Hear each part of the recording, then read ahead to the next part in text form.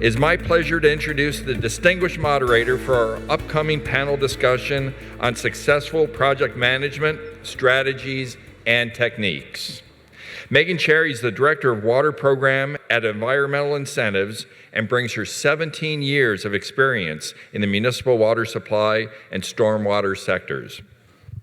She has been pivotal in developing performance-driven programs that achieve remarkable water supply and quality outcomes. Currently leading multi-benefit incentive programs in San Diego and Orange County, Megan's experience has significantly impacted water quality and supply in our communities. With Megan at the helm, we're in for a thoughtful, thought-provoking, and insightful discussion on project management strategies and techniques. Please join me in welcoming Megan to lead this panel discussion. Megan. Great. Thanks so much. Can everyone hear me in the back? Great, thank you. All right, so as mentioned, my name is Megan Cherry. I work with a company called Environmental Incentives, which designs programs and improves program performance for water supply and water quality partners. And my major connection to this community is that I currently oversee a program in San Diego County that has helped upgrade more than 400,000 square feet of HOA common area grass in just the last 2 years. And so I'm really excited to facilitate this discussion because we've heard quite a bit about the water supply challenges that we face in Southern California. And in this discussion, we're going to talk about the role of HOA landscape changes as part of the solution. And those are landscape changes for turf replacement, irrigation upgrades, maybe recycled water conversions. And I think we know that we need to talk about those changes because our water agencies are facing new regulations and penalties if they don't reduce water use in certain places, and landscape water savings are a big part of that opportunity. They're also needing to enforce irrigation bans on non-functional turf grass, so you heard a bit about how that's coming. And at the same time, our HOA landscapes are aging fast and need important upgrades to avoid leaks and breaks that are going to cause immense rising costs. But despite this clear need for water-saving projects, we know that HOAs have a unique context that makes it hard to get projects done, and that includes things you are all familiar with: limited financial reserves, rising costs from every direction, and complex decision-making processes. So what we want to discuss in this panel is how do we get these projects done and make important investments in our HOA communities that achieve water supply and water quality objectives, while also upgrading our communities and making them more attractive investments for future homeowners. So we have with us today a panel of experts with experience facilitating projects from different viewpoints.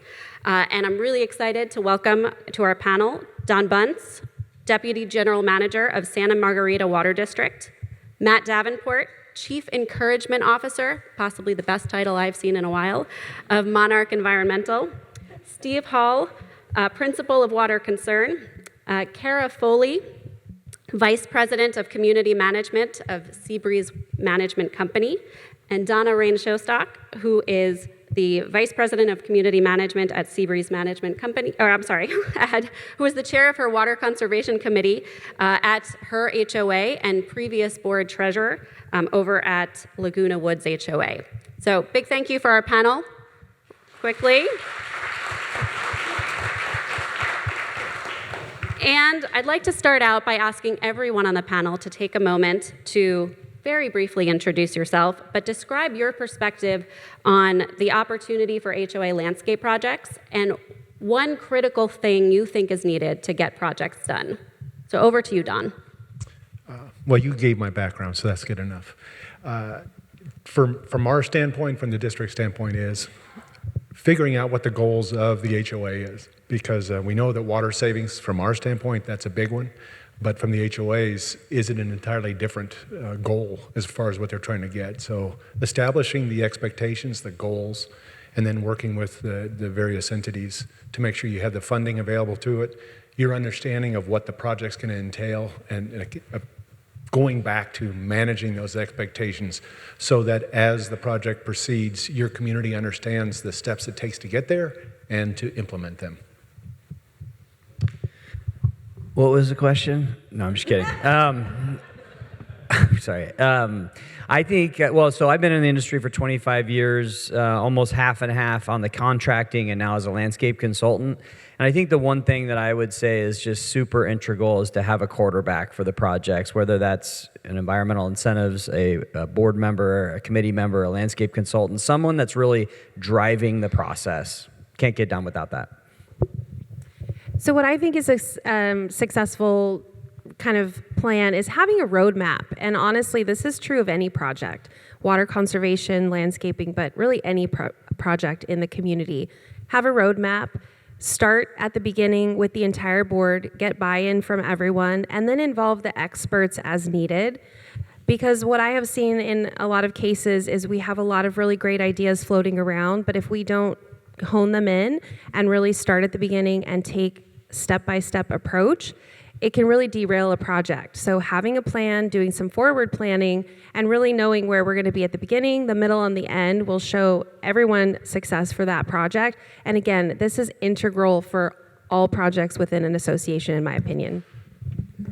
I couldn't agree more. I think to add to that, the integral thing that I would say is the most important, what I've seen is when you have a goal that you want to establish when you're going to do a conversion in an HOA and to improve the landscape is to look at all the aspects of that transition, and it comes from planning to the budget to the plan that's going to take place. But I think the most important thing and where it kind of fails and sometimes is the turnkey, where after you've done all that work, that you are programming the controller, that you are changing the management of the landscape in order to see that succeed. So in the long term, you are saving water, you are improving the landscape.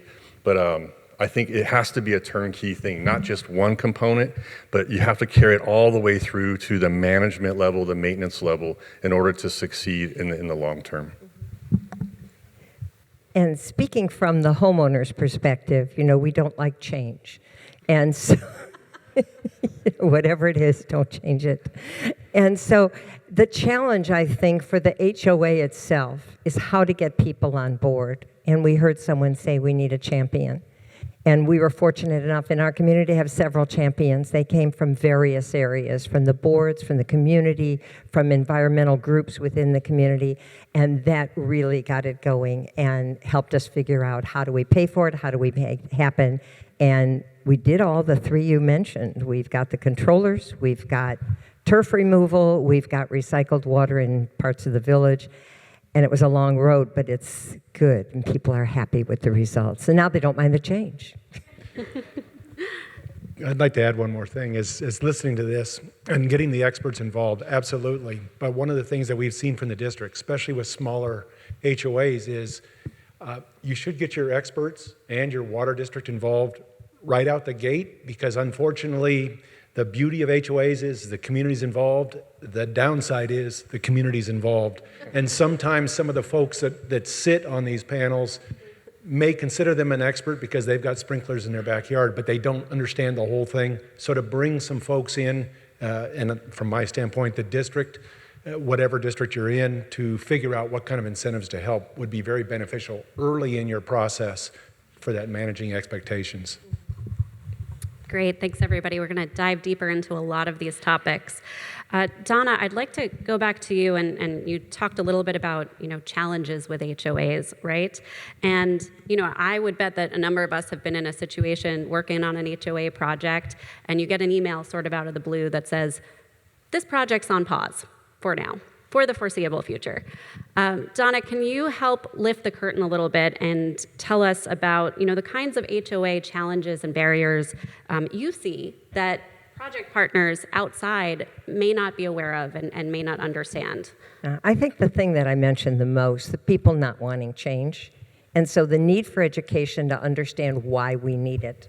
So beginning with turf removal, with non-functional turf, and what do we do with it? It's nice, it's pretty, it's grass, leave it alone. We've always enjoyed it, and it's what we've liked looking at. And we went ahead and did it anyway. We did it, the funds were there, and so it was done, several champions. And some of those projects, once the project was done, some of the most vocal opponents became the most vocal supporters.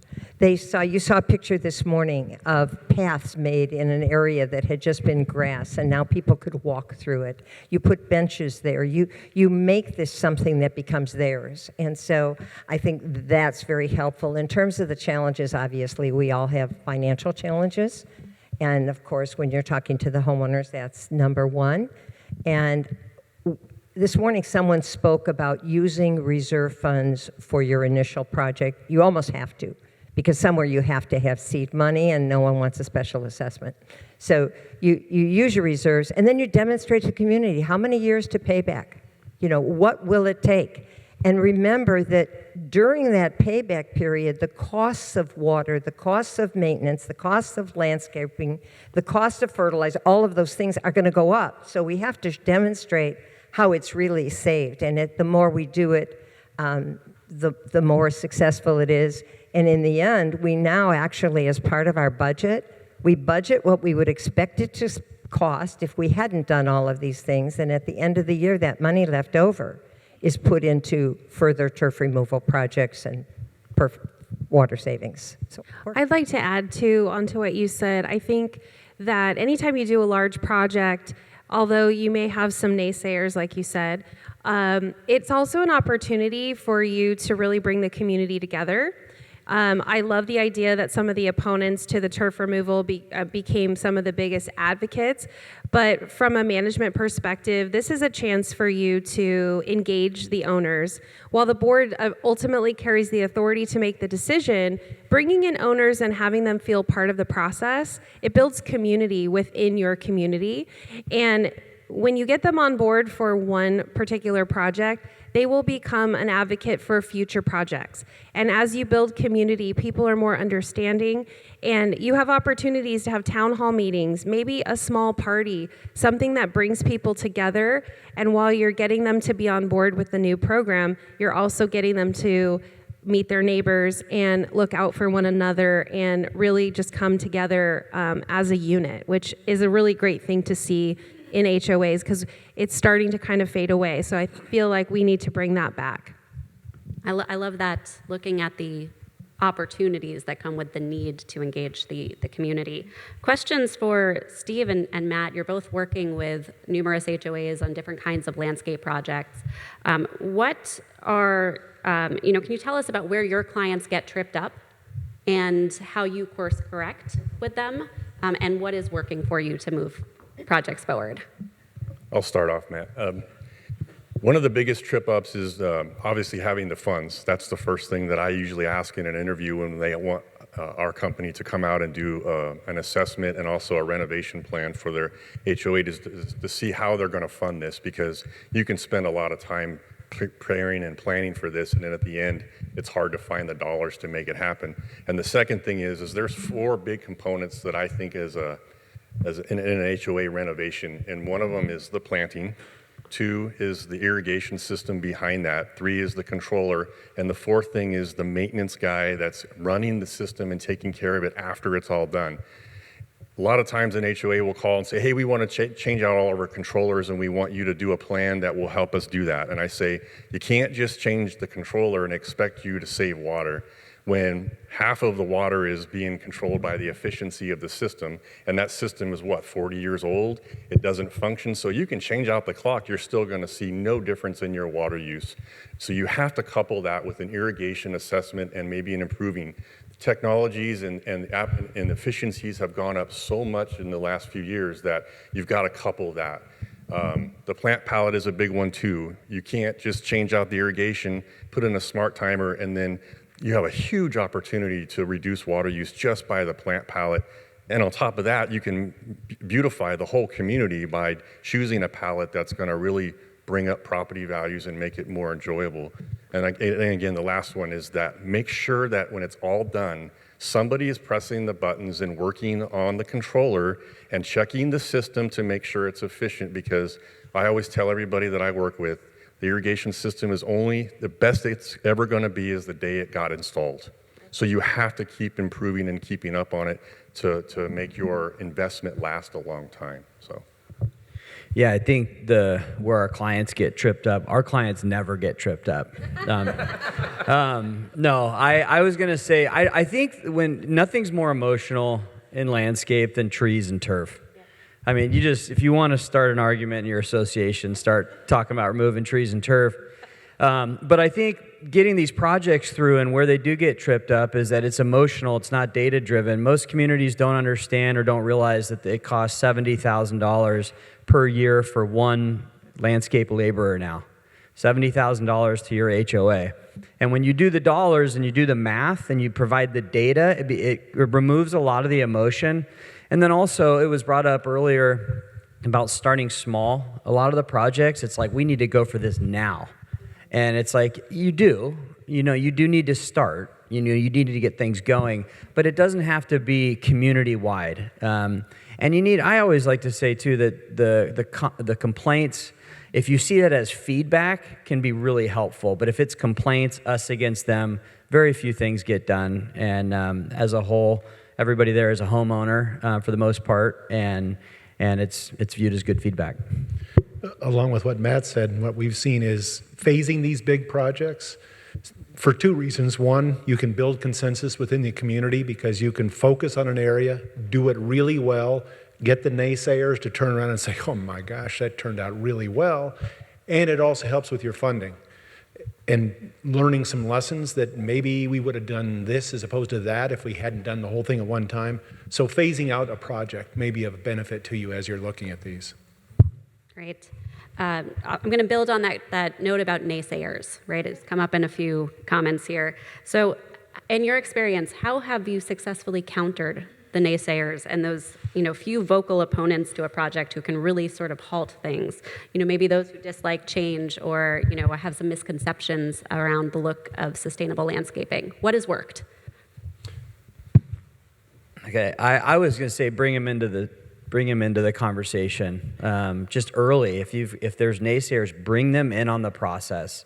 If you keep them at arm's length, it gets much, much worse, and then it becomes us versus them. Bring them in early. A different set of opinions is typically a good thing. So, and with that, I was going to say, and I think it's along the same lines, different term, but education.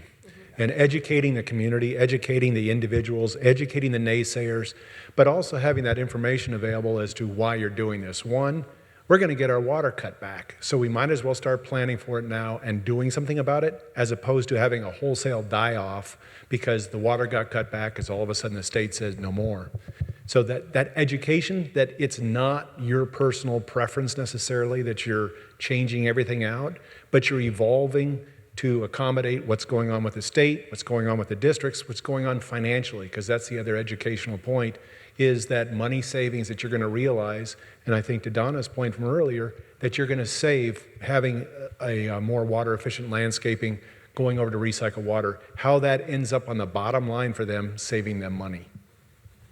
I think another thing too is a lot of times we see in community management where you'll have someone call and they'll have a criticism of something that the board is doing. And that's a great opportunity to invite them to possibly be on the ballot for the next election or potentially spearhead a subcommittee. If there's a lot of facets to a landscape conversion project, maybe you develop a subcommittee for this person's particular passion, get a couple other members on board, and have them present their side to the board, because potentially it's something the board hasn't thought of, but it also gives them a sense of purpose to be involved. But on the flip side of that, it's really important as board members to know that you've been elected by your community. You're empowered to make these decisions. Sometimes they're not popular, but owning kind of that responsibility is really important. Thanks, all. Let's dig a little deeper into the funding issue, right? Because it comes up on every project just because of limited cash reserves and budget constraints. So would love to hear what strategies, creative tricks, messaging that you've seen and used that can help overcome budget concerns or, facilitate bigger investments. I'll say that I think that there's no real. I would ask anybody in the room what's cheaper today than it was yesterday. Like nothing. And so it's always better to do the project today. And so one of the tricks and that I think is factoring in what I just talked about the cost of labor. We know the cost of water is going way up. Thank you, Don. No, I'm just kidding. The cost of water and labor is, I'm never going to be invited on a panel again, but is going way, way up, right? And understanding that, you get into spacing plants appropriately, which allows them to grow in appropriately, which requires less water, less labor. So I think a little bit of dissatisfaction on the front end of the instant gratification will save you a lot of money on both the front and the back. So to get on top of that, first I'm going to check to see what plans are in our office from Matt's company. They just went to the bottom of the pile. But after that, while I'm just thinking about things, don't just focus on your reserves or what your budget is. Look outside. As I said earlier, reach out to your water district because there are funds available to help convert over to more efficient landscaping. If you're not on recycled water, is there a way that you could get on recycled water? Some of our HOAs that are in the district, we've been able to help fund those on some of the big capital improvements. And kind of a unique approach, we kept their water bill the same as if they were getting potable water, but serving them recycled water because we have a differential in our district. And that differential pays off basically the loan that we've offered to them. It's not a loan that goes on the books against the association or anything of that nature. And it's just business as it moves along. But when you finally pay off that nut, whether it's in a year or 6 years, now all those savings come back to you.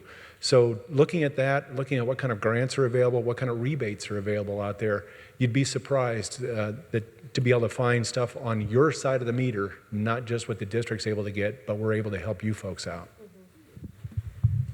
And I think, you come back to that word education. How many of our owners in our HOAs even know about the rebates if they're maintaining their own lawn?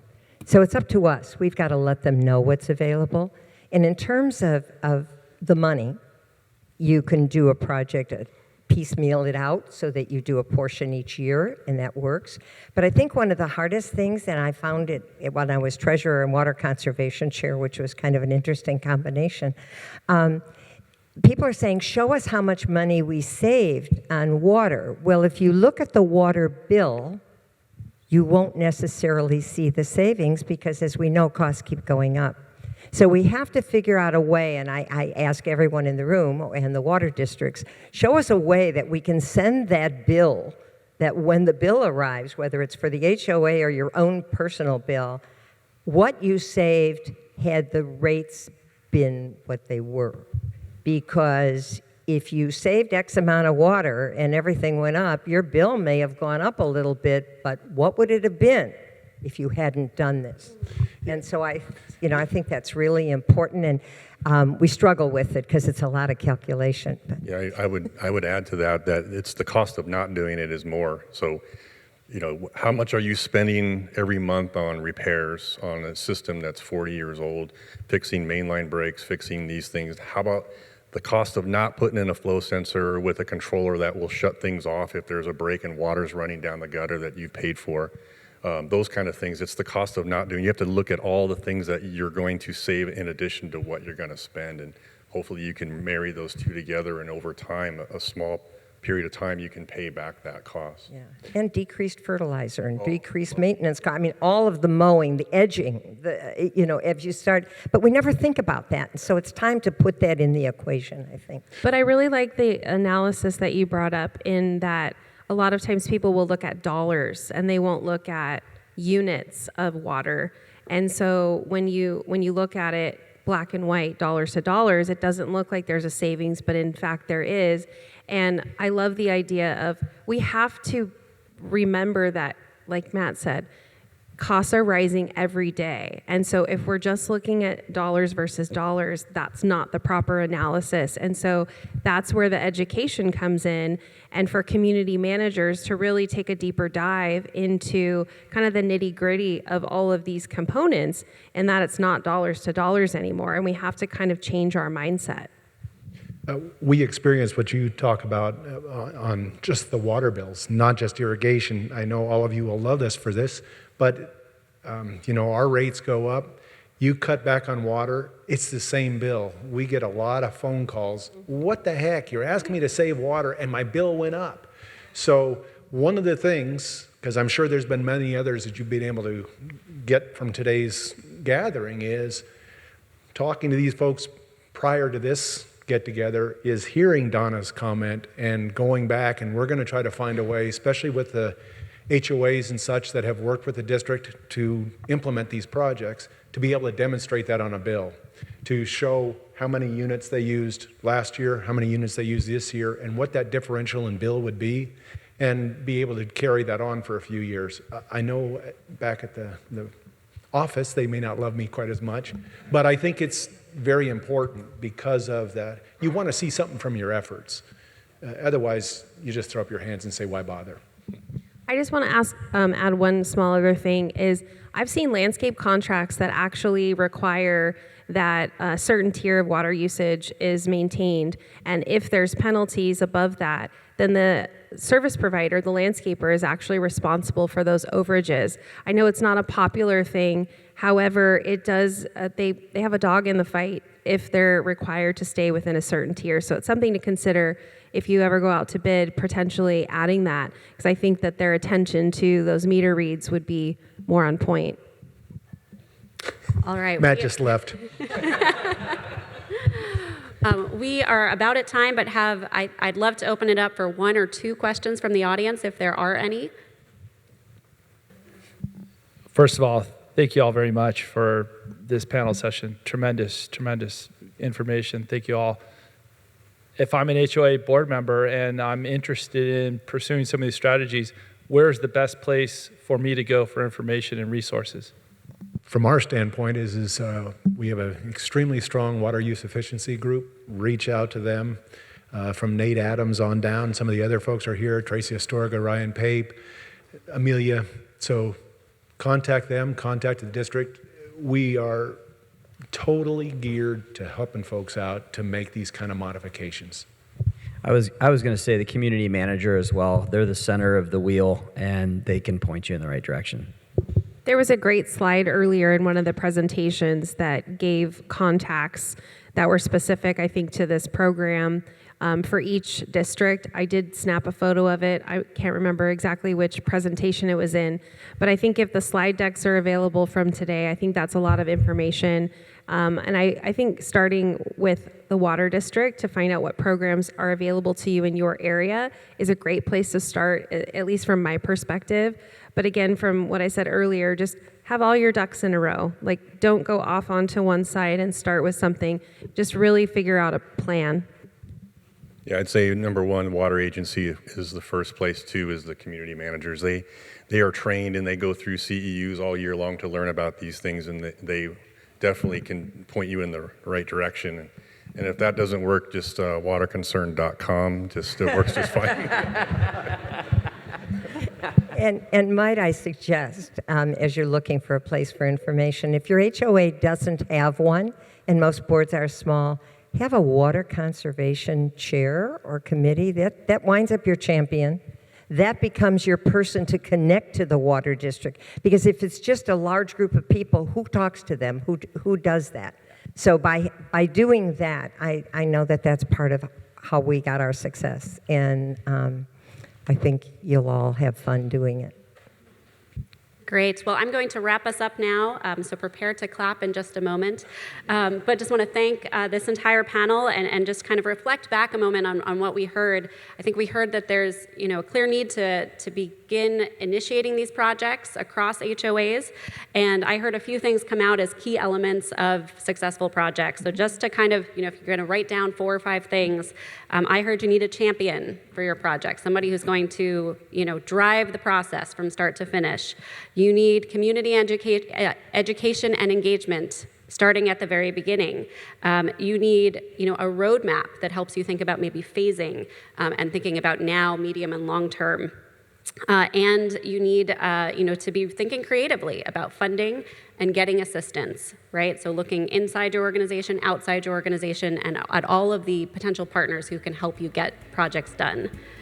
So I hope that gives you some ideas to bring back to your communities, and just ask for a big round of applause for our panelists here.